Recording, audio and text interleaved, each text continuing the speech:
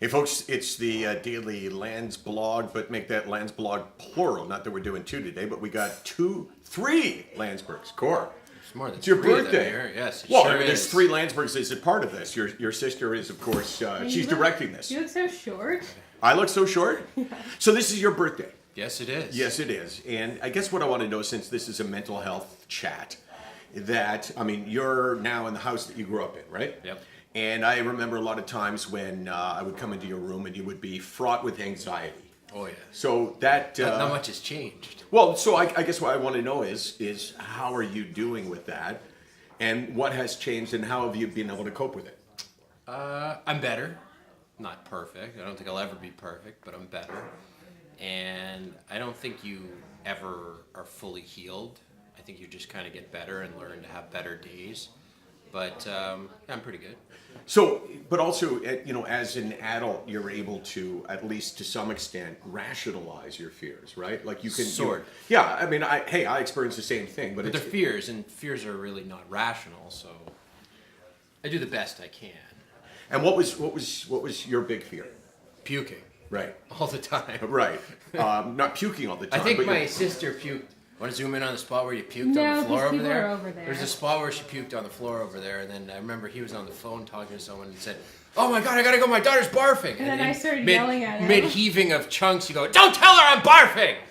Why do you have to tell everyone our secrets? I was in grade 3, okay? Yeah. Well, I And think, then the worst part about it was the dog started eating it after.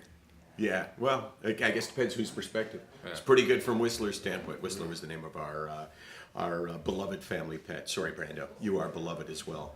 So I guess really what I'm looking for is words of encouragement from people who maybe have struggled severely with anxiety, as you did, to get to the point where they're not struggling severely, just moderately.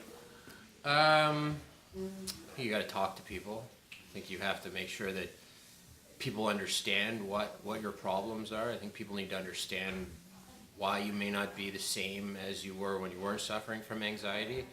And it's important. What? Oh, I was saying it's good stuff. You have to make sure that I find it easier for me to talk to people who I know have suffered from the same things.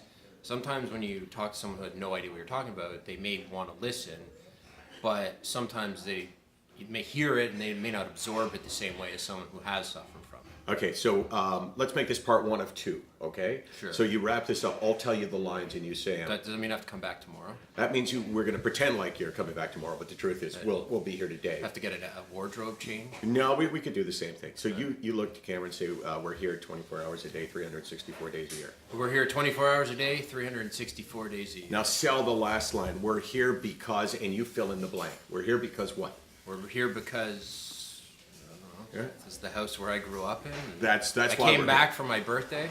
here.